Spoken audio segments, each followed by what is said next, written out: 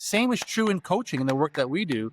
The responsibility is on you to show up prepared to do the work, not only in the session, but in between the calls. Welcome back to the Family Wealth Edge. Kristen, this week, we're going to dive into what makes a good or effective coaching call. I know that in your work at In3Gens and throughout your career, various careers, you've done a lot of individual coaching. Let's talk about some of the do's and don'ts that we see that happens with our clients, and even for some of us that have been working with coaches for a long part of our career.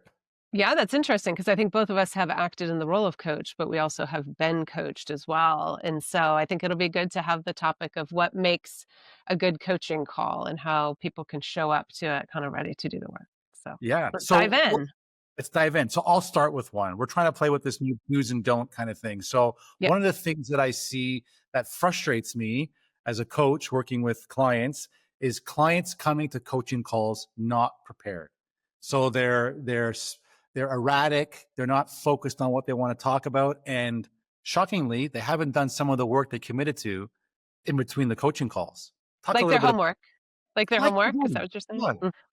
Also, I think sometimes they won't know what they want to talk about, right? So it's like you can tell, and of course, I'm guilty of this as well. They were just on a different call. Maybe it was a work call, and calls are back to back. And so they come to the coaching session and they're sort of like, I actually haven't spent a lot of time thinking about what I want to talk about in this session. And so then we end up spending, I don't know, the first 10 minutes of time kind of talking about what they want to talk about. And it's just not efficient from the standpoint of we could have been actually doing the coaching for that 10 Yeah. minutes. So if not that, what is the do? If that's the don't. Yeah. Well, I think what I recommend to clients is at minimum 15 minutes before the call and then 15 minutes after the call to reflect. But 15 minutes before a coaching session, you allow yourself that quiet time and space to think through the time that's happened in between coaching calls and what you want to accomplish in that given time frame with your coach. Like, we use the weightlifting or personal training example, even like an athletic example. Athletes just don't go onto the pitch, to the soccer field, and just start running. There's a warm up to that activity. If we can adopt that same mindset as someone that's being coached, that prior to that coaching session, there is an element of preparation that would benefit you and the coach to get the most out of that time together. What else have you seen that works? I think also I'll recommend for people to keep, I don't know, in their notes app on their phone or in a notebook, a journal, keep a list of things that they want to talk about. Because it could be the case that we're coaching them every other week or something like that. And they have you know how you have the shower insight? They'll have an insight while they're taking a shower. And it'll be like 2 weeks later is our coaching session, and they'll have forgotten the insight that they had in the shower that they could have talked about in coaching because it was so much later. And so I think for them to be able to be having a running list somewhere of things to talk about with Vincent on our coaching Good. call. And Kristen, depending on which coach they pick, give us another don't, Kristen, that you see. Yeah. I think maybe another don't would be don't skip. We sort of dove into like not being prepared or knowing what to talk about, but there's a piece on there that I want to focus in on. Don't skip the homework. And the homework, it might not even be something that you're assigned by your coach, but don't miss the opportunity to do work outside of the session. And so that might be, I don't know, I have a lot of clients right now who are reading the book, The Art of Spending Money by Morgan Housel. And so that is additive to all the work that we're doing and is generating things for them to come back to talk about in coaching. So I think if you think about, okay, I'm going to hire a coach and I'm going to meet with them every other week, so it's going to be 2 hours of my time. You would be, and then now, Vincent, you've added 15 minutes before, 15 minutes after. So it's 2.5 hours of time. But ideally, if you could be spending some of your other free time in activities that are supportive of the work that you're doing, whatever it is that you're being coached around, to be the podcasts that you're listening, maybe try one or two that are relevant to the topics that you're addressing in coaching, or a book that you're reading or whatever. So I guess supplementary ways to invest in the coaching relationship. Yeah, I'll use the athlete analogy again. It's almost like a lifestyle shift is needed, right? I think working with a coach, obviously our bias is work with a coach. It's a great addition to your team, but it's a continuing effort. It's not like a light switch you switch on, you switch off for that 1 hour time. you're working with the coach. It's to your comment.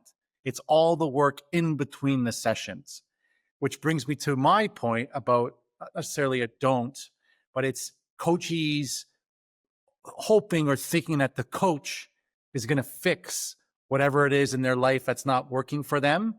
And what I wrote down here is the responsibility to change is on you, not the coach. And I was guilty of that I don't do the work in between calls. You jump onto a coaching call, not prepared, as guilty as charged. And then you get off that hour call and you go, the hour wasn't as impactful as I thought or what I needed it to be. And sometimes we're guilty of saying, well, maybe it's the coach's fault, right? Again, if you use a trainer, you go to the gym, they give you the program, you have to lift the weights. The trainer can't do it for you. Same is true in coaching and the work that we do. The responsibility is on you to show up prepared to do the work, not only in the session, but in between the calls. How do we help people? How can we help people stay motivated in between these calls? Yeah, I think it's an important question that you're asking that makes me think about psychological ownership. So I think that in the beginning of a coaching relationship, it can be easy as the client to be like, here, Vince, this area of my life is broken. Will you fix it for me and give it back to me?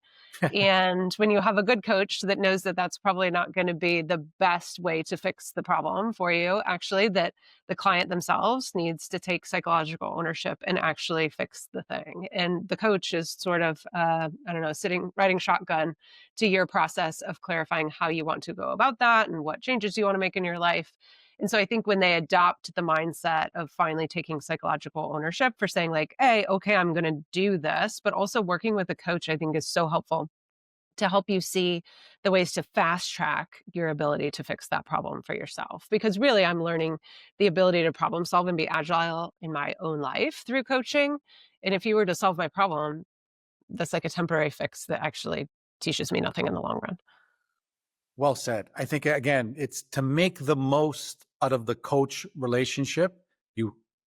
We don't like to use the word should or must, but in this case, I will. It's imperative that you do the work in between the sessions so that you're using that hour or 2 hours biweekly, however you structure that relationship with your coach, to maximize the time together to think through stuff.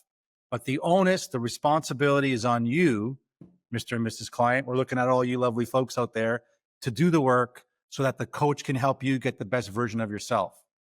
Take us home. Quick recap, Kristen. We talked about not being prepared in between calls. What Do else? your homework, Your show homework. up with a strong idea of what you want to be talking about in your call because you've got your notebook or your notes app that has that list of things you want to talk about, and then be ready to take psychological ownership of the ability to move yourself through the challenges that you're having. To reflect on a previous podcast that we did earlier in the year, that's real responsibility, and that responsibility lies with you. So thanks for listening. Another weekly episode of the Family Wealth Edge. Thanks, Kristen.